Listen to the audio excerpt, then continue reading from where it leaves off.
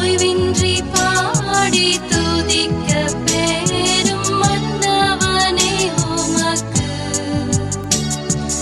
ஓய்வின்றி பாடி துதிக்க பேரும் மன்னவனே உமக்கு.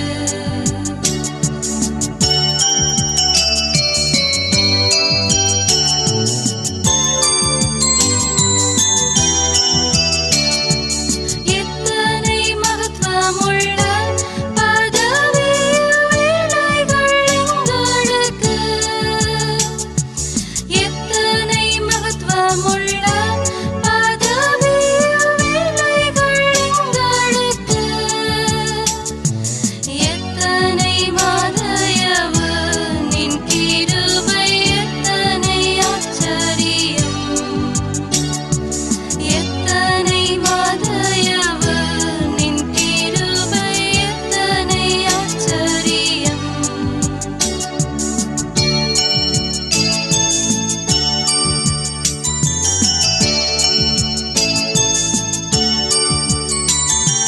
நின்னுதிர மதினால் திறந்த நின் ஜீவ பொது வழியா.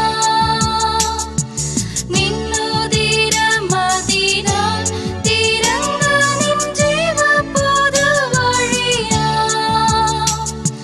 நின்னடியார்க்கு பிதாவின் சந்நிதி சேரவுமே சந்ததம். நின்னடியார்க்கு பிதாவின் சந்நிதி சேரவுமே சந்ததம். இவற்றுக்குப் பின் இயேசுவும் அவர்தம் சீடரும் யூதேயா பகுதிக்கு சென்றனர். அங்கே அவர்களோடு தங்கி திருமுழுக்கு கொடுத்து வந்தார். யோவானும் சலீம் என்னும் இடத்துக்கு அருகில் உள்ள ஐனோனில் திருமுழுக்கு கொடுத்து கொண்டிருந்தார். ஏனெனில் அங்கு தண்ணீர் நிறைய இருந்தது.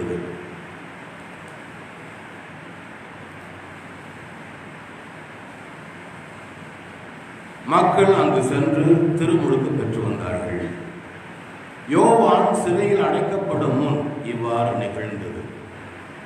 ஒரு நாள் யோவானின் சீடர் சிலருக்கும் யூதர் ஒருவருக்கும் இடையே தூய்மை சடங்கு பற்றி விவாதம் எழுந்தது. அவர்கள் யோவானிடம் போய், ரவி, யோர்தான் ஆற்றின் அக்கறை பகுதியில் உம்மோடு ஒருவர் இருந்தாரே, நீரும் அவரை குறித்து சான்று பகர்ந்தீரே, இப்போது அவரும் திருமுழுக்கு கொடுக்கின்றார், எல்லோரும் அவரிடம் செல்லுகின்றார்கள் என்றார். யோவான் அவர்களை பார்த்து, விண்ணிலிருந்து அருளப்படாவிட்டால் எவருக்கும் எதையும் பெற்றுக்கொள்ள முடியாது. நான் மேசியா அல்ல, மாறாக அவருக்கு முன்னோடியாக அனுப்பப்பட்டவன் என்று நான் கூறியதற்கு நீங்களே சாட்சிகள். மணமகனுக்கே உரியவர். மணமகனின் தோழரோ அருகில் நின்று அவர் சொல்வதை கேட்கின்றார். அதில் அவர் பெரும் மகிழ்ச்சி அடைகிறார். என் மகிழ்ச்சியும் இது போன்றது. இம்மகிழ்ச்சி என்னுள் நிறைந்துள்ளது. அவரது செல்வாக்கு பெருக வேண்டும், எனது செல்வாக்கு குறைய வேண்டும் என்றார். வாசிக்க வேண்டிய இன்றைக்கான சுவிசேஷ வேதம் வாசித்தாயிற்று.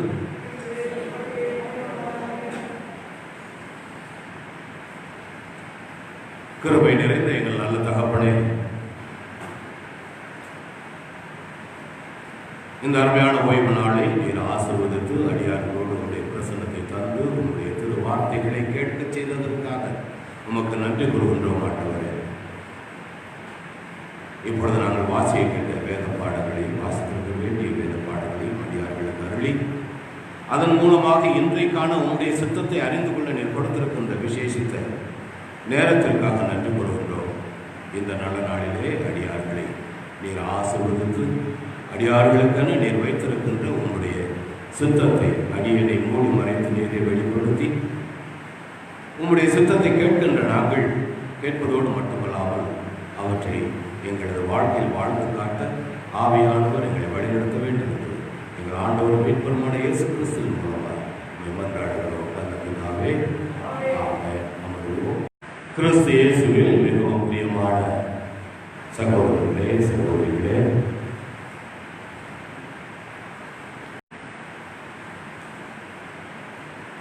இந்த அருமையான நாளிலே, இந்த ஓய்வு நாளுக்கு 18/10/2020 நாளிலே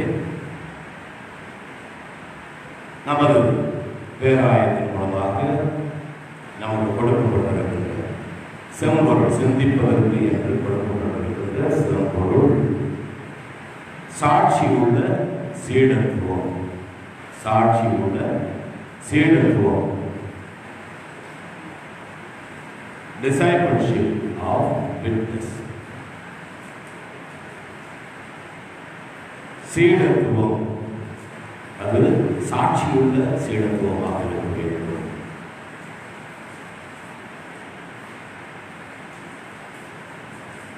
இன்று நாம் வாசித்திருக்க வேண்டிய வேத பாடங்கள்,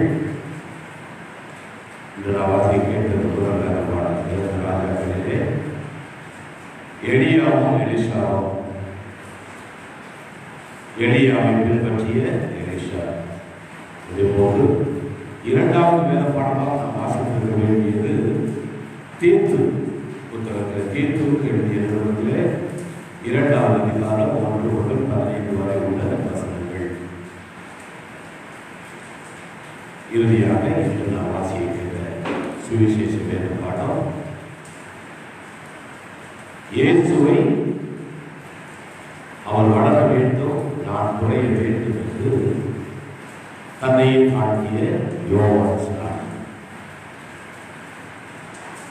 இந்த வேத பாடங்களை தியானிக்க நாமே என்றும் நமது தாய் திருச்சபை நம்மை அழைக்கின்றது.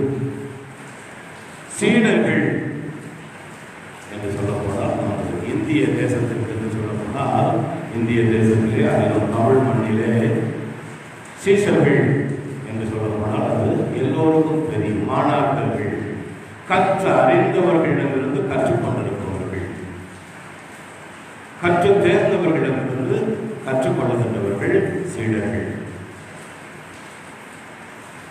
கற்று தேர்ந்துள்ளவர்கள் கொடுக்கின்ற ட்ரைனிங்ல கலந்து கொண்டு அந்த ட்ரைனிங் பீரியட் முடிந்த பிறகு அந்த குரு தனக்கு கற்றுக் கொடுத்த காரியங்களை செய்து காட்டுவது அந்த சீடனுடைய கடமை.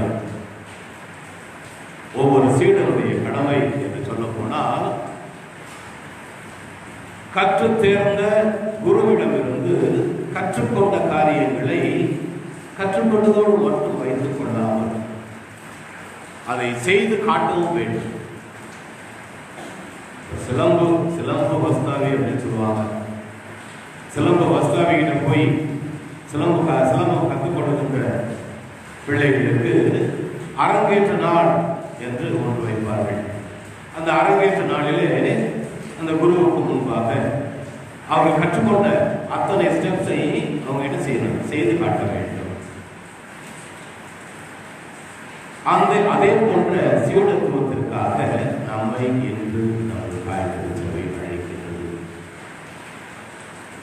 சீடத்துவம் அதுவும் சாட்சியுள்ள சீடத்துவம்.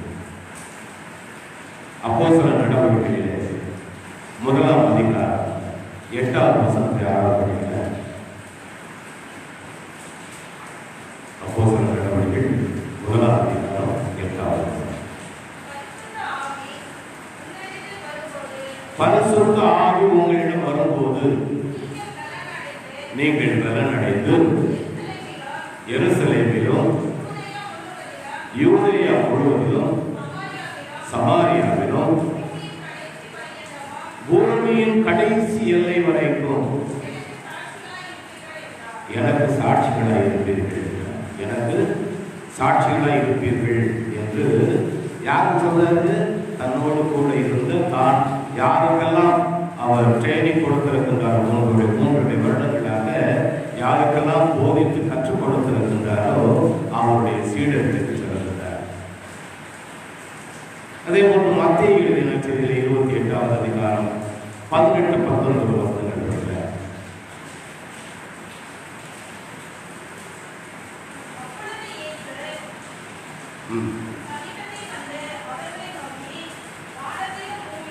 வானத்திலும் பூமியிலும் சகல அதிகாரமும் எனக்கு கொடுக்கப்பட்டிருக்கின்றது.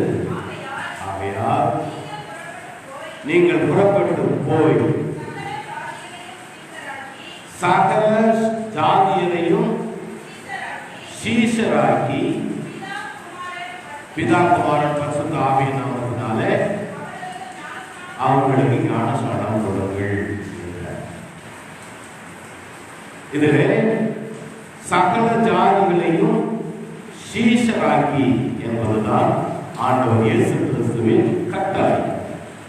அவருடைய சீடர்களுக்கு ஆண்டவர் இயேசு கிறிஸ்து கொடுக்கின்ற கட்டளை என்று சொல்ல போனால் எல்லோரையும் சீடராக்குங்கள்.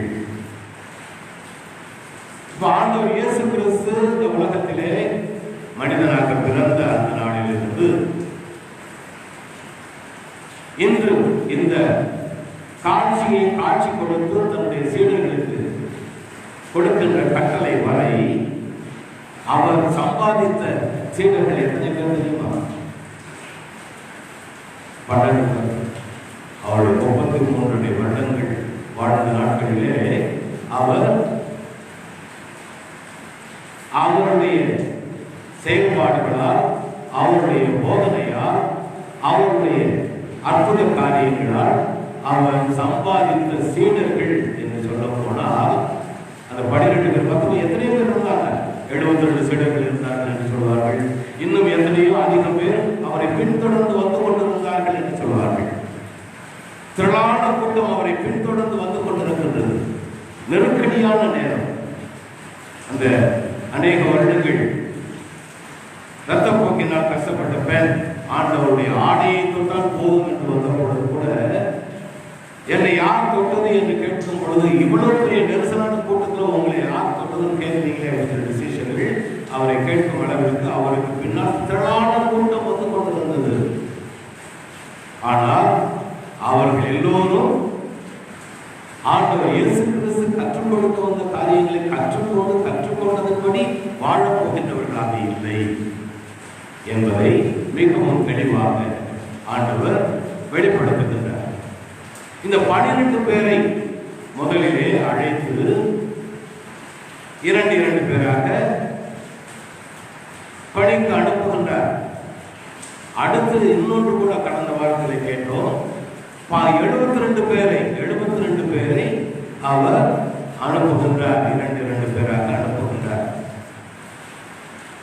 இப்ப அத்தனை பேர் அனுப்பினாலும் ஆண்டவர் கடைசியாக அவர் மறித்து அடக்கம் பண்ணப்பட்டு 3ஆம் நாள் உயிர் தெழுந்து காட்சி கொடுக்கின்ற சீஷர்களுக்கு காட்சி கொடுக்கின்ற நேரத்திலே நீங்கள் உலகமெங்கும் சென்று சீஷர்களை உருவாக்குங்கள், சீஷராக்குங்கள். சீஷராக்குவதோடு மட்டுமல்லாமல் நீங்கள் யாரையும் சீஷராக்குகின்றீர்களோ அவர்கள் எல்லோருக்கும் நான் உங்களுக்கு கற்றுக் கொடுத்தவைகளை கற்றுக் கொடுத்து அவர்களையும் அதை பின்பற்ற செய்யுங்கள். நான் உங்களோடு கூடவே இருப்பேன். நான் உங்களோடு உலகம் முடியும் வரை உங்களோடு கூடவே இருப்பேன், உங்களை வழிநடத்துவேன், உங்களை பாதுகாப்பேன் என்று ஆண்டவர் அவர்களுக்கு கொடுக்கின்ற வாக்குறுதி, கட்டளை. முதலிலே ஒரு ஆணையை போன்று சொல்லுகின்றார். 2ஆவதாக கட்டளையாக கொடுக்கின்றார். 3ஆவதாக உறுதிமொழி கொடுக்கின்றார். போய் நீங்கள் எல்லோரும் போய் எல்லோரையும் சீஷராக்குங்கள். போங்கள். முதல்ல அவங்க போகணும். நான் உலகமெங்கும் அவர்கள் செல்ல வேண்டும். சென்ற பிறகு சென்று யாரையெல்லாம் சந்திக்கின்றார்கள், யாருக்கெல்லாம் பேசுகின்றார்கள், யாருக்கெல்லாம் போதிக்கின்றார்களோ அவர்கள் எல்லோரையும் சீஷராக்க வேண்டும். கிறிஸ்தவர்களாக்கணும். கிறிஸ்தவர்களாக்கணும்னு ஆண்டவர் எங்கேயுமே சொல்லணும். எங்கேயாவது சொல்லியிருக்காரா? கிறிஸ்தவங்க ஆக்குங்க அப்படின்னு சொல்லிட்டு ஆண்டவர் சொல்றாரு. எல்லோரையும் சீஷராக்குங்கள். விசுவாசியாக இருக்கிறது பற்றாது, விசுவாசியாக ஆக்க வேண்டும் என்று நினைப்பது பற்றாது, பெரியதில்லை. கிறிஸ்தவனாக இருக்கலாம், விசுவாசியாக இருக்கலாம், திருச்சபையின் அங்கத்தினராக இருக்கலாம், ஆனால் சீடனாக மாற வேண்டும். எல்லோரையும் சீடராக்குங்கள் என்றுதான் ஆண்டவர் அவருடைய சீஷர்களை உலகிற்கு அனுப்புகிறார். அந்த சீஷராக நாம் வாழும் பொழுது அப்போஸ்தலர் நடவடிக்கையிலே நாம் வாசித்தது போல எருசலேமிலும் சமாரியாவிலும் உலகம் எங்கும் சென்று எனக்கு சாட்சியாக இருப்பீர்கள், எனக்கு சாட்சியாக இருப்பீர்கள். சீடராக வாழ்ந்தால் மட்டும் போதாது, எனக்கு சீஷர்களாக இருக்க வேண்டும். ஒரு உதாரணத்துக்கு போனால் எல்லாரும் சீஷர்கள் 12 பேருமே சீஷர்களாக இருக்கிறார்கள். ஒருத்தருக்கு ரொம்ப நல்ல ஒரு பழக்கம் என்னன்னு சொன்னால், ராத்திரி படுக்க போகிறதுக்கு முன்னால காலையில் எழுப்பணும் அப்படின்னு சொல்லிட்டு 5 மணிக்கு நான் எழுப்ப வேண்டும் என்று அலாரம் வச்சுருவார். அலாரம் வச்சு தலையில கீழே கடிகாரத்தை வைத்துவிட்டு அலாரம் அடிக்கக்கூடிய செல்போனை வைத்துவிட்டு காலையில் கரெக்டாக அந்த அலாரம் என்ன செய்ய 5 மணிக்கு அடிச்சா அவர் என்ன செய்யறதில்ல, எழுந்து என்ன செய்வார், அலாரம் சத்தத்தை ஆஃப் பண்ணிட்டு திரும்ப படுத்துவார். இது அவருக்கு ஒரு நல்ல பழக்கம். படுக்கைக்கு செல்வதற்கு முன்னால் நான் காலையில் எழுப்ப வேண்டும் என்று அலாரம் வைத்துவிட்டு படுப்பார். ஆனால் அலாரம் அடிக்கும் பொழுது அவர் என்ன செய்யறதில்ல, எழுப்புறதில்லை, ஆஃப் பண்ணிட்டு திரும்ப படுத்துவார். இதே போன்ற நல்ல பழக்கங்கள் நம் மக்கள் மத்தியில் எத்தனையோ இருக்கின்றன. ஆலயத்திற்கு வருவது, ஆலயத்திலே ஆராதனைகளிலே கலந்து கொள்ள வேண்டும், ஞாயிற்றுக்கிழமை என்றால் நான் நிச்சயமாக ஆராதனையில் கலந்து கொள்ள வேண்டும் என்ற நல்ல எண்ணங்கள், நல்ல பழக்கங்கள் உருவாகி இருப்பது நல்லது. அந்த பழக்கம், உருவாக்கப்பட்ட பழக்கம் அந்த அலாம் வைக்கின்றவருக்கு அது ஏதோ ஒரு தன்னிச்சையாக நடந்து கொண்டிருக்கின்ற காரியத்தை போன்று அலாம் வைக்க வேண்டும். நல்ல பழக்கம். ஆனால் அந்த நல்ல பழக்கத்தினால அவர் என்ன செய்யணும்னு நினைக்கிறாரோ அதை செய்கிறது. இதே போன்று நிறைய நல்ல பழக்கங்களை நாமும் நம்முடைய வாழ்க்கையிலே இயேசு கிறிஸ்துவை பின்பற்றுவதிலே நிறைய காரியங்களை கற்றுக்கொண்டிருக்கின்றோம். செய்ய வேண்டும் என்று ஆசைப்படுகின்றோம், செய்வதற்கு முயற்சி செய்கின்றோம். ஆனால் இப்போ ஆராதனை, ஞாயிற்றுக்கிழமை ஆராதனை, அது கட்டாயம் நான் கலந்து கொள்ளணும் அப்படின்னு சொல்லிட்டு ஒவ்வொரு ஞாயிற்று என்ன மழையாக இருந்தாலும், தனியாக இருந்தாலும், வெயிலாக இருந்தாலும், என்ன சோதனையாக இருந்தாலும், என்ன கொரோனாவாக இருந்தாலும் சரி, நான் போக வேண்டும் என்று வரவேன் என்று சொல்வது நல்ல. ஆனால் ஆலயத்திற்கு சென்று ஆலயத்தில் நடக்கின்ற காரியங்கள் எல்லாவற்றிலும் பங்கெடுத்து முதலில் ஆண்டவரை குறித்து ஆராதித்து பாவ மன்னிப்பு பெற்று ஆண்டவருடைய வார்த்தையை கேட்டு ஆண்டவருடைய வார்த்தையை தியானித்து ஆண்டவரை எனக்கு நீர் இன்று கொடுத்த வார்த்தையின்படி வாழ எனக்கு அருள்தாரும் என்று ஆண்டவருடைய வரத்தை பெற்று செல்ல வேண்டும். அதிலே இந்த ஆலயத்தில் சென்ற பிறகு நாம் எதற்காக அலாம் வைத்தோமோ அது நடக்க வேண்டும். சீஷர்கள் என்ற பெயரை பெற்றுக்கொண்ட பிறகு ஆண்டவர் இயேசு கிறிஸ்து சொன்னது போல எருசலேமிலும் யூதேயாவிலும் சமாரியாவிலும் உலகம் எங்கிலும் சென்று எனக்கு சாட்சியாக இருப்பீர்கள், சாட்சியாக இருக்க வேண்டும். உலகெங்கிலும் சென்று எல்லா ஜாதியையும் சீஷராக்குங்கள். சீஷராக்குவது அவருக்கு சாட்சிகளாக இருப்பது. சீஷர்களாக நாம் ஆக்கப்படுவது, நாம் எல்லோருமே சொல்லப்படும் கிறிஸ்தவர்கள் என்று சொல்லப்படுவதை விட நாம் எல்லோருமே ஆண்டவருடைய சீஷர்கள். ஏனெனில் ஆண்டவர் சொன்னது எல்லா ஜாதியினரையும் சீஷராக்குங்கள்னு சொன்னார், கிறிஸ்தவர்கள் ஆக்குங்கள் சொன்னார். அவரை பின்பற்றுபவர்களாக வாழ அழைக்கப்படுகின்றோம். அவரை பின்பற்ற வேண்டும். அவரை பின்பற்றுவதிலே நாம் நிலைத்திருக்க வேண்டும். மார்க் 13:13 என்ன சொல்லுவோம்?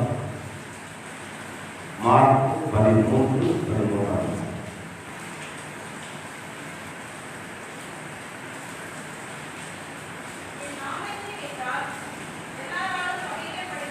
எல்லாராலும் பகைக்கப்படுவீர்கள்.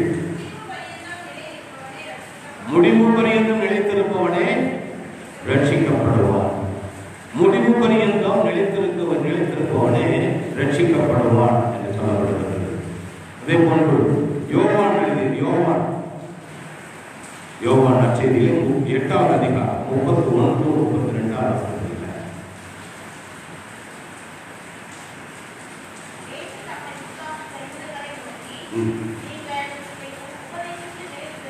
என் உபதேசத்தில் நிலைத்திருந்தால் என் மெய்யாகவே என் சீஷராயிருப்பீர்கள். சத்தியத்தையும் அறிவீர்கள், சத்தியம் உங்களை விடுதலையாகும். இதே போன்று லூக்கா எழுதிய நற்செய்தியிலே 9:23 லூக்கா 9:23 பின்பு அவர் எல்லோரையும் நோக்கி, ஒருவன் என் பின்னே வர விரும்பினார் தன்னை தானே வெறுத்து தன் சிலுவையை அனுதினமும் எடுத்துக்கொண்டு என்னை பின்பற்ற வேண்டும். என் சீஷனாய் இருக்க விரும்பினால் தன் சிலுவையை சுமந்தோடு என்னை பின்பற்றட்டும். அதே போன்று லூக்காவிலேயே 14:33 14வது அதிகாரம் 33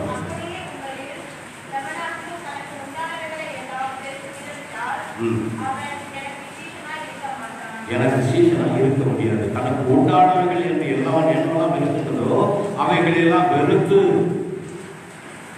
என்னை பின்பற்றவில்லை என்றால் அவன் என்னுடைய சீஷனாக இருக்க மாட்டான், இருக்க முடியாது. இன்னொன்று, நாம் ஆண்டவர் இயேசு கிறிஸ்து தன்னுடைய சீடர்களுக்கு அவருடைய கால்களை கழுவிய பிறகு சொல்லுகின்றார். 13வது யோவான் எழுதிய நற்செய்தியிலே 13வது அதிகாரம் 32 படிங்க.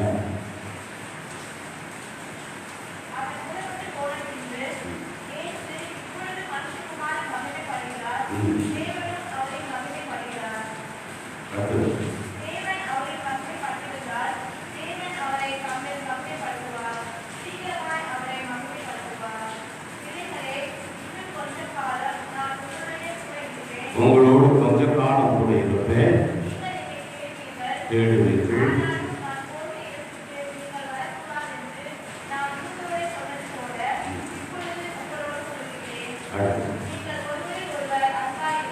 நீங்கள் ஒருவரில் ஒருவர் அன்பாயிருங்கள்,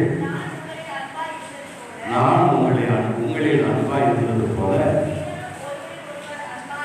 நீங்களும் ஒருவரில் ஒருவர் அன்பாயிருங்கள் என்கிற புதிதான கட்டளையை உங்களுக்கு கொடுக்கிறேன். நீங்கள் ஒருவரில் ஒருவர் அன்புள்ளவர்களாக இருந்தால் அதனால் நீங்கள் என்னுடைய சீஷர்கள் என்று உலகம் அறிந்து கொள்ளும். நீங்கள் ஒருவரில் ஒருவர் அன்பாய் இருந்தால் நீங்கள் என்னுடைய சீஷர்கள் என்பதை உலகமே அறிந்து கொள்ளும். எல்லோரும் அறிந்து கொள்வார், எல்லோரும் தெரிந்து கொள்வார். சீஷர்களாய் இருக்க நம்மை ஆண்டவர் அழைக்கின்றார். இறுதி வரை நிலைத்திருப்பவனே என்னுடைய சீஷன் என்று ஆண்டவர் சீடர்களை பற்றிய சீடராக இருக்க வேண்டும் என்று ஆசைப்படுகின்ற ஒவ்வொருவருக்கும் ஆண்டவர் கொடுக்கின்ற முக்கியமான அறிவுரைகள். ஒரு சீடன் என்று சொல்ல போனால் நாம் முதலில் கேட்டது போல குரு கற்றுக் கொடுக்கின்ற காரியங்களை கற்றுக்கொண்ட காரியங்களை குருவுக்கு முன்பாகவே நடந்து காட்டுவது. அவன் தான் நல்ல சீடன், கற்றுக்கொண்ட சீடன். இப்ப நாம கேட்ட வேத பாடம், முதல் வேத பாடத்திலே எலியா எலிஷா என்ற 2 பேர் வருகின்றனர். எலியா தீர்க்கதரிசி. அவர் எலியாவை சீஷனாக்கி இருக்கின்றார். அவரோடு கூடவே இருக்கின்றார். எங்கே இருக்கின்றார்கள்? முதலில் இருக்கின்ற இடம் சொல்ல போனால், ஆண்டவர் எலியாவை சுழல் காற்றில் விண்ணுக்கு எடுத்துக்கொள்ள இருந்த பொழுது எலியாவும் எலிஷாவும் கில்காலில் இருந்து புறப்பட்டு சென்றனர். கில்கால் என்ற இடம் முதலில் வருவது கீழ்கால் என்ற இடம். இரண்டாவதாக அவர்கள் ஆண்டவர் என்னை பெத்தேலுக்கு அனுப்பியுள்ளார், நான் அங்கே செல்ல, எனவே நீ இங்கேயே தங்கி இரு என்று எலிஷாவுக்கு எலியா சொல்லுகிறார். மூன்றாவதாக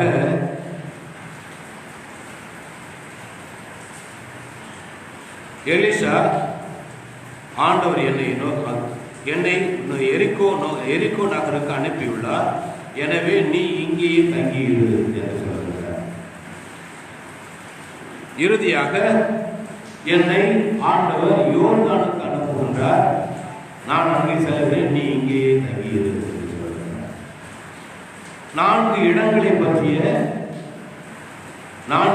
பற்றி சொல்லுகின்றார். 4 இடங்களில் எலியா இருந்தார், அவரோடு அவருடைய சீஷனும் இருக்கின்றார். இப்ப கீழ்கால் என்று சொல்ல போனால் அங்கே நல்ல ஒரு வசதி நிறைந்த இடம். அங்கேதான் எல்லா வகையான ஆரம்பமும் இருந்தது. அவர்கள் எகிப்து தேசத்தில் இருந்த எருசலேம் மக்கள், யூத மக்கள் எகிப்தில் இருந்து கொண்டு வரப்பட்டு யோர்தானை கடந்து கீழ்காலிலே அவர்கள் முதல் பஸ்காவை கொண்டாடுகின்றார்கள். அங்கிருந்து அவருடைய நல்ல காலம் ஆரம்பிக்கின்றது. ஒவ்வொருடைய வாழ்க்கையிலும் கிறிஸ்துவை அறிந்து கொண்ட பிறகு எகிப்திலிருந்து விடுதலை பெற்று வந்த மக்களை போன்ற பாவத்திலிருந்து விடுதலை பெற்று இயேசுவின் பிள்ளைகளாக மாறுகின்ற பொழுது நாம் எல்லோரும் ஆண்டவர் விரும்புவது போல இருக்க வேண்டும் என்று ஆசைப்படுகின்ற நேரம், இடம், வசதியாக இருக்கின்ற ஒரு இடம் இருக்கிறார். அந்த வசதியான இடத்திலே, எல்லாம் இருக்கின்ற இடத்திலே எலியாவும் அவருடைய சீஷன் எலிசாவும் வாழ்ந்து கொண்டிருக்கின்றார்கள். நான் எங்கே போகின்றேன், பெத்தேலுக்கு போக வேண்டும் என்று நான் சொன்னால் நிச்சயமாக நீங்க போயிட்டு வாங்க, நான் இந்த வசதியான இடத்துல இருந்துக்கிறேன் என்று சொல்லுவான் என்று எதிர்பார்ப்போடு சொல்லியிருக்கிறார். ஆனால் எலிசா, நீங்க எங்க போறீங்களோ அங்கு நான் உங்க கூடவே வருவேன். ஆண்டவர் என்னை பெத்தேலுக்கு அனுப்பியுள்ளார், எனவே நீ இங்கேயே தங்கியிரு என்று எலிசா அவரை நோக்கி, வாழும் ஆண்டவர் மேல் ஆணை, உம் உயிர் மேலும் ஆணை, நான் உம்மை விட்டு பிரிய மாட்டேன் என்றார். அடுத்ததாக எலிசா எரிகோ நகரத்தை பற்றி சொல்லுகிறார். எரிகோவுக்கு செல்ல வேண்டும். எரிகோ நகரம் என்றால் என்ன என்பது நாம் எல்லோருக்கும் நன்றாக தெரிந்த ஒரு இடம்.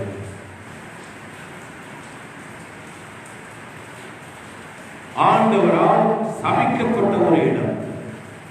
யோசுவாவால் முக்கியமாக சபிக்கப்பட்ட இடம். அந்த இடத்தை கட்டி எழுப்ப வேண்டும் என்று நினைக்கின்றவன் அடித்தளம் விடும் பொழுது அவனுடைய முதல் மகன் இறப்பான். கட்டி எழுப்பிக் கொண்டிருக்கும் பொழுது, வாசல் கால் வைக்கும் பொழுது அவனுடைய 2வது மகன் இறப்பான் என்று சபிக்கப்பட்ட இடம். அந்த சபிக்கப்பட்ட இடத்துல எருசலேம் மக்கள் எல்லோரும் எகிப்திலிருந்து புறப்பட்டு வந்து கொண்டிருந்த வழியிலே எரிக்கோ ஒரு பெரிய தடைக்கல்லாக இருந்தது. பாலும் தேனும் போடும் தேசத்துக்கு செல்வதற்கு அந்த தடைக்கல்லாக இருந்த இடம் இன்று வரை கூட சொல்ல போனால் மக்கள் எல்லோருக்குமே நிறைய விஷயங்கள்ல சவாலாக இருக்கின்ற ஒரு இடம். அந்த இடத்துக்கு நான் போகின்றேன், நீ இங்கேயே பெத்தேலிலேயே இரு. பெத்தேல் என்றால் கடவுளுடைய இடம். கடவுள் ஆண்டவர் யாக்கோபை சந்தித்து அவருக்கு சொர்க்கத்தை காட்டிய இடம், வாக்குறுதிகள் கொடுத்த இடம், அந்த இடத்துல நீ இரு என்று சொல்லும் பொழுது, இல்லை, உங்களோடு கூடவே அங்கே வந்து நான் என்ன மாதிரிப்பட்ட சவால்களை சந்திக்க வேண்டி இருந்தாலும் சரி, நான் அங்கே உங்களோடு கூட வருவேன் என்று கூடவே செல்லுகின்றார். அடுத்ததாக அவர் சொல்லுகின்ற இடம் யோர்தான். ஆண்டவர் என்னை யோர்தானுக்கு அனுப்புகின்றார், ஆகவே நீ இங்கே தங்கியிரு. இந்த சவால் நிறைந்த, கஷ்டம் நிறைந்த இடத்துல நீ தங்கி ஆண்டவருக்கு ஒரு பிரியமான தீர்க்கதரிசியாக வேலை செய் என்று சொல்லுகின்றார். ஆனால் நான் அவங்க கூட என்று சொல்லுகிறேன். யோர்தான் நதி, யோர்தான் என்று சொல்ல போனால் யோர்தான் எப்படிப்பட்ட சவால்கள் நிறைந்த இடம் என்று சொல்லப்படுகிறது. மோசே அதுவரை வழி நடத்தி கொண்டு வந்தார் இஸ்ரேல் மக்களை, யூத மக்களை. எகிப்திலிருந்து நடத்தி கொண்டு வந்தவர் அங்கு வந்து இறந்து விட்டார். யோர்தானை கடந்து மக்களை கொண்டு செல்ல வேண்டிய, கானான் தேசத்திற்கு கொண்டு செல்ல வேண்டிய கடமை யோசுவாவுக்கு வருகின்றது. மோசேயை போல் பெரிய பெரிய அற்புத காரியங்களை செய்ய என்னால் முடியாது, நான் எப்படி இவர்களை இங்கிருந்து கூட்டிச் செல்வேன் என்று சொல்லும் பொழுது ஆண்டவருடைய ஆணையின்படி அவர்கள் அந்த ஆற்றிலே, அந்த பேழையை சுமந்து கொண்டு வந்தவர்கள் ஆற்றிலே, யோர்தான் ஆற்றிலே கால் வைத்த பிறகு ஆறு இரண்டாக பிரிகின்றது. அவர்கள் நடந்து செல்ல முடிந்தது. அதே போன்று இன்று நாம் வாசிக்கிட்ட வேலை பாடத்திலும் கூட எலியாவும் எலிஷாவும் அந்த யோர்தான் ஆற்றங்கரையில் நின்று கொண்டிருக்கும் பொழுது எலியா அவருடைய துப்பட்டியால் நீரை தட்டுகிறார். இரண்டாக பிரிகின்றது. கடந்து செல்கின்றார்கள். கடந்து சென்ற பிறகு எலியா எடுத்துக்கொள்ளப்படுகின்றார். எடுத்துக்கொள்ளப்படுவதற்கு முன்பாக சொல்லப்படுகின்ற கேட்கின்றார், நான் உன்னை விட்டு எடுத்துக்கொள்ளப்படும் பொழுது நீ என்னிடமிருந்து என்ன வேண்டும் என்று கேட்கின்றாய், சொல் என்று சொல்லும் பொழுது உம்மிலே இருக்கின்ற ஆவியானவர் இரட்டிப்பாக என்னிலே இருக்க வேண்டும். உம்மில் இருக்கின்ற ஆவியானவர் என்னில் இரட்டிப்பாக தங்க வேண்டும் என்று சொல்லுகிறார். இது கடினமான காரியத்தை கேட்கிற, ஆனால் நான் எடுத்துக்கொள்ளப்படும் பொழுது என்னை நீ கண்டால் அது உனக்கு கிடைக்கலாம் என்று சொல்லுகிறார். எடுத்துக்கொள்ளப்பட்ட பொழுது அவரிடமிருந்து விழுகின்ற துப்பட்டியானது எலிஷாவுக்கு கிடைக்கின்றது. அந்த துப்பட்டியை எடுத்துக்கொண்டு யோர்தானை கடந்து அவர் செல்ல வேண்டும். செல்ல வேண்டிய இடத்தில் செல்ல வேண்டிய நேரத்தில் பார்க்கும் பொழுது யோர்தான் அங்கே நின்று கொண்டிருக்கின்றது. கஷ்டமான ஒரு சூழ்நிலை, கடந்து செல்ல வேண்டும். அப்ப அவருக்கு பெரிய சந்தேகம், யோசுவாவுக்கு வந்த சந்தேகத்தை போன்று அவர் கோலால் தட்டினால் செங்கடல் பிரிந்தது. அதே போன்று அவருடைய ஆண்டவருடைய பேழையை சுமந்து வந்தவர்கள் அந்த ஆற்றின் நீரிலே கால் வைக்கும் நேரம் வரை அது இரண்டாக பிரியவில்லை. அதுவரை அவருக்கு ஒரு சந்தேகம், நடக்குமா நடக்காதா, நாங்கள் கடந்து செல்வோமா முடியாதா என்ற ஒரு கஷ்டமான ஒரு சவால் அவருக்கு கொடுக்கப்படுகிறது. அந்த சவாலுக்கு மத்தியிலும் உறுதியாக இருக்கின்றார், நம்பிக்கையோடு இருக்கின்றார், நடக்கின்றார். நடந்தது. அதே போன்று எலிஷா துப்பட்டியால் அந்த ஆற்றை தட்டிய பொழுது ஆறு இரண்டாக பிளந்தது. இந்த எலிஷா தட்டும் பொழுது நடக்குமா என்று சந்தேகப்படுகின்றார். சந்தேகப்பட்டால் எலிஷா எலியாவின் கடவுள் எங்கே என்று கேள்வி கேட்டு அதை தட்டும் பொழுது இரண்டாக பிரிக்கிறது. இது எல்லாவற்றுக்குமே காரணம், நீங்க எங்கே போனாலும் நான் உங்க கூடவே இருப்பேன், எங்கே போனாலும் நான் உங்க கூடவே இருப்பேன் என்று எலிஷா எலியாவுக்கு கொடுத்த வாக்கு. எப்படிப்பட்ட கஷ்டமான இடங்களுக்கு நீர் சென்றாலும் சரி, அங்கே உங்களோடு நானும் இருப்பேன். இது கடவுளுக்கு ஆணை. என்னை சீஷன் ஆக்கி இருக்கின்றீர், ஆக்கப்பட்ட சீஷனாக நான் உம்மை போன்று மட்டுமல்ல, உம்மை போன்று இரட்டிப்பான வேலைகளை நான் செய்ய வேண்டும் என்று ஆண்டவரிடமிருந்து அருள் பெற்று அந்த அருளின் வல்லமையால் செயல்படுகிறார். பிரியமான சகோதரனை சகோதரி, நம் எல்லோரையும் ஆண்டவர் இந்த எலிஷாவை போன்று உறுதியுள்ள சீஷர்களாக வாழ வேண்டும் என்று அழைக்கிறார். அலாரம் வைத்து அலாரம் அடிக்கும் பொழுது எழும்பாமல் அடைத்து படுப்பதை போல இல்லாமல், அலாரம் வைக்க வேண்டும் என்ற நல்ல பழக்கத்தை கற்றுக்கொண்டவர் எழுந்து அதன் பிறகு என்ன செய்ய வேண்டும் என்று நினைத்தால் அதை செய்வதற்கு நம்மை ஆண்டவர் அழைக்கின்றார். சீடர்களாக நாம் மாறி இருக்கின்றோம். ஆண்டவருடைய படிப்பினைகளை ஏற்றிருக்கின்றோம். ஆண்டவர் கற்றுக் கொடுத்த காரியங்களை கற்றுக்கொண்டிருக்கின்றோம். கற்றுக்கொண்ட காரியங்கள் எல்லோரும் ஏட்டு சுரக்காயாக நம்முடைய உள்ளங்களிலே இருக்கின்றது என்றால், ஏட்டு சுரக்காய் என்னத்துக்கு ஆகாதுன்னு சொல்லுவாங்க? கறிக்கு ஆகாது. ஏட்டு சுரக்காயாக மட்டும் நம்முடைய சீடத்துவம் இருக்கின்றது என்றால், அந்த ஏட்டு சுரக்காய் அதன் மூலமாக என்ன நடக்க வேண்டும் என்று அந்த சுரக்காய் படைக்கப்பட்டதோ அது நடக்காது. நிலையாக நிலைத்திருக்க வேண்டும். திரும்பி பார்ப்பதில்லை. ஒரு முறை என்னை அழைத்து விட்டீர், நான் எனக்கு உள்ளது எல்லாவற்றையும் விட்டு விட்டு உம்மை பின்பற்றி வந்திருக்கின்றேன், உம்மோடு கூடவே இருப்பேன். உங்களுடைய சூழ்நிலை எப்படிப்பட்ட சூழ்நிலையாக இருந்தாலும் அங்கே உம்மோடு கூடவே இருப்பேன். இதை சொல்ல போனா திருமணத்தின் போது மாப்பிள்ளை போனோம் கொடுக்கல, வாக்குறுதியை போனோம். வாழ்விலும் தாழ்விலும் சுகத்திலும் சுகவீனத்திலும் இதுதான் இங்கே எளியா. வாழ்விலும் தாழ்விலும் சுகத்திலும் சுகவீனத்திலும் அவர் எப்படியெல்லாம் எங்கெல்லாம் இருந்தாலும் நான் உன்னோடு கூடவே இருப்பேன். நான் உன்னை பாதுகாப்பேன், நான் உன்னை பார்த்துக் கொள்வேன் என்று கணவன் மனைவிக்கு கொடுக்கின்ற வாக்குறுதியை போன்று, மனைவி கணவனுக்கு கொடுக்கின்ற வாக்குறுதியை போன்று வாக்குறுதி கொடுத்து எலிஷா எலியாவை பின்பற்றிக் கொண்டிருந்தார். திரும்பி பார்க்கவே இல்லை. அதே போன்று இறுதி வரை பின்பற்றுகின்றார். இறுதி வரை பின்பற்றுகின்றவர் அந்த குழுவுக்கான சாட்சியாக.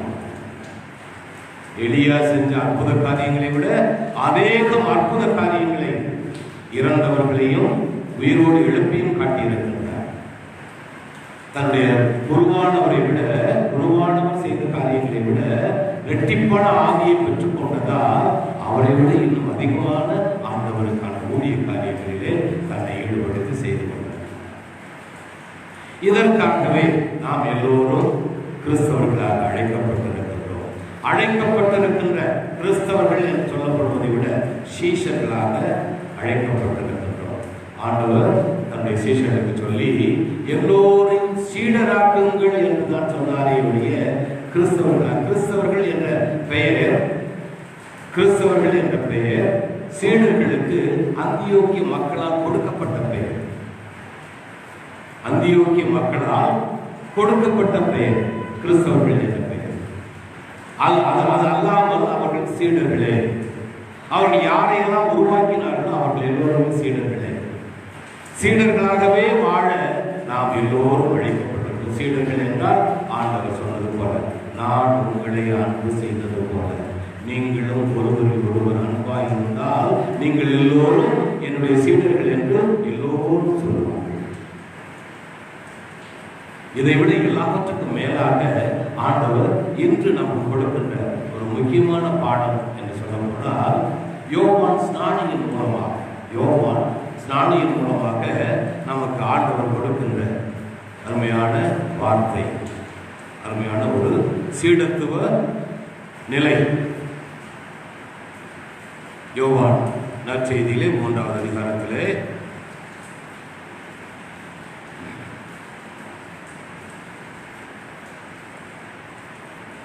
27வது வசனம் படிக்கல.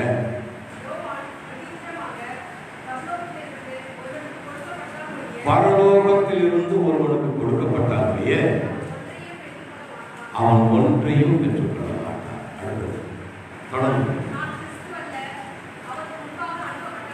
நான் கிறிஸ்து அல்ல, அவருக்கு முன்பாக அவரை பற்றி சாட்சி சொல்ல அனுப்பப்பட்டவர். அடுத்து,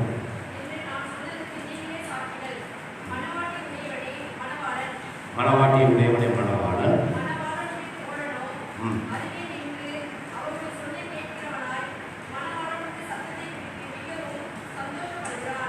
மணவாளன் அருகில் நின்று அவனுடைய தோழனானவன் சந்தோஷப்படுகின்றான். அந்த சந்தோஷத்தை நிறைவாக பெற்றவர். அடுத்தது,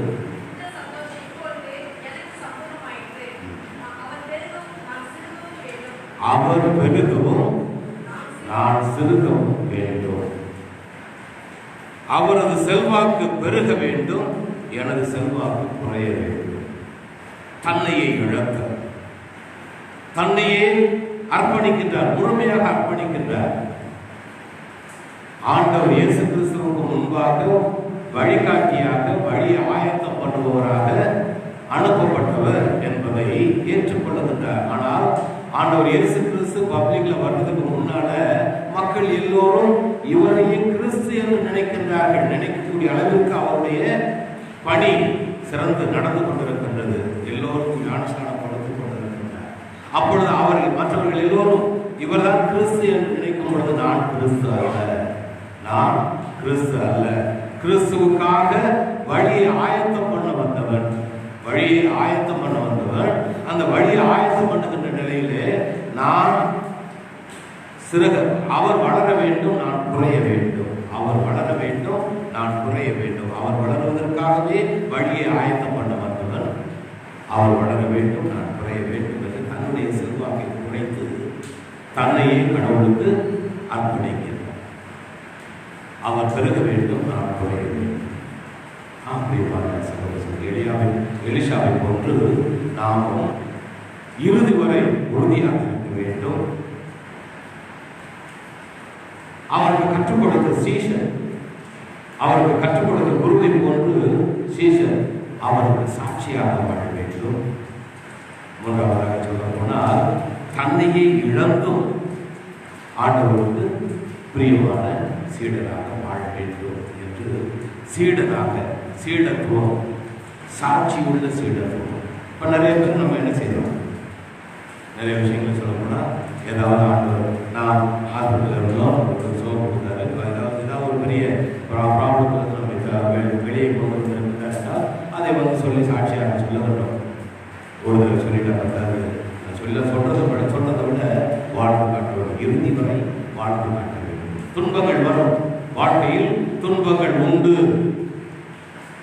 உலகிலே துன்பங்கள் உண்டு, இருந்தாலும் நான் உலகை ஜெயித்து விட்டேன் என்று ஆண்டவர் சொன்னது போல நம் எல்லோருக்கும் ஆண்டவர் கொடுக்கின்ற வாக்குறுதி, உலகம் என்பது துன்பங்கள் கஷ்டங்கள் நிறைந்த இடமே. உனக்கு நீ நினைக்காத காரியங்கள், நினைக்காத துன்பங்கள், நினைக்காத கஷ்டங்கள் எல்லாம் வரும்.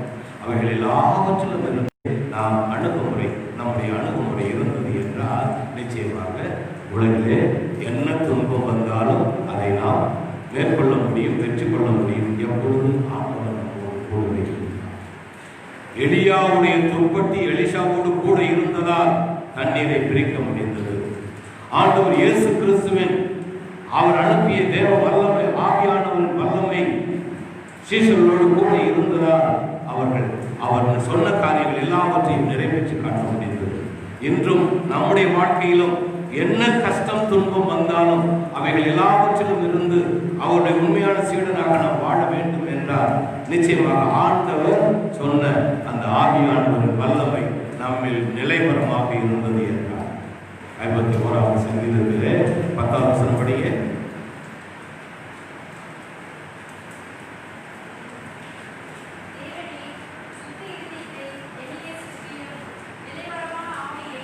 நிலைவரமான ஆவியை என் உள்ளத்திலே புதுப்பியும்.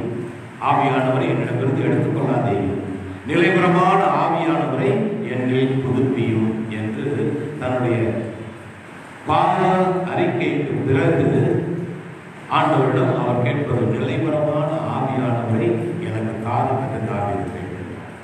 அந்த நிலைவரமான ஆவியானவர் நம்மில் இருந்து நம்மை நடத்துகின்றார் என்றால் இறுதி வரை நிலைத்திருந்து நாம் வாழ முடியும். அப்படிமான சகோதர சகோதரிகளே, நாம் எல்லோரும் விசுவாசியாகவோ கிறிஸ்தவனாகவோ திருச்சுவை அங்கத்தினராக இருப்பதிலே பெருமை கொள்வது கூட வேண்டாம். இவை எல்லாவற்றையும் உள்ளடக்கிய சீஷனாக வாழ நம்மை அர்ப்பணிப்போம். ஆண்டவர் நம்மை வழிநடத்துவார். ஜெபம் செய்வோம். கிருபை நிறைந்த எங்கள் தகவலை இந்த அருமையான நாளையும் என் ஆசிரியருக்கு பேசி நன்றி கூறுகிறார்கள். அவன் நல்ல தகவலை எலிஷாவை போன்று, எலியாவின் சடனாக இருந்த எலிஷாவை போன்று நாங்களும் நீர் எங்கு சென்றாலும் அங்கு நான் உங்களோடு கூடவே உள்ளேன் என்று சொல்லி பின்வாங்காத, பின்னிட்டு பார்க்காத சீஷனாக வாழ்ந்த எலிஷாவை போன்று பவுலுக்கு மிகவும் உத்தமனாக இருந்து அவருடைய வார்த்தைகளே நடந்த தீர்த்துவை போன்று அவர் வளர வேண்டும், நான் குறைய வேண்டும் என்று தன்னையே தாழ்த்திய யோவான் ஸ்நானியை போன்ற நல்ல தகவல் நாங்களும் எங்களது கிறிஸ்தவ வாழ்விலே உண்மை உள்ளவர்களாக, ஒருபோதும் திரும்பி பார்க்காதவர்களாக, எங்களையே முழுமையாக தாழ்த்தி உன்னுடைய சமூகம் என்னிலே பெருக அடியலை தாழ்த்த என்ற தகவலை இந்த அருமையான நாளிலே யாரோடு பிரசனத்தை வழிநடத்த வேண்டும். எங்கள் ஆண்டவருமே நம்முடைய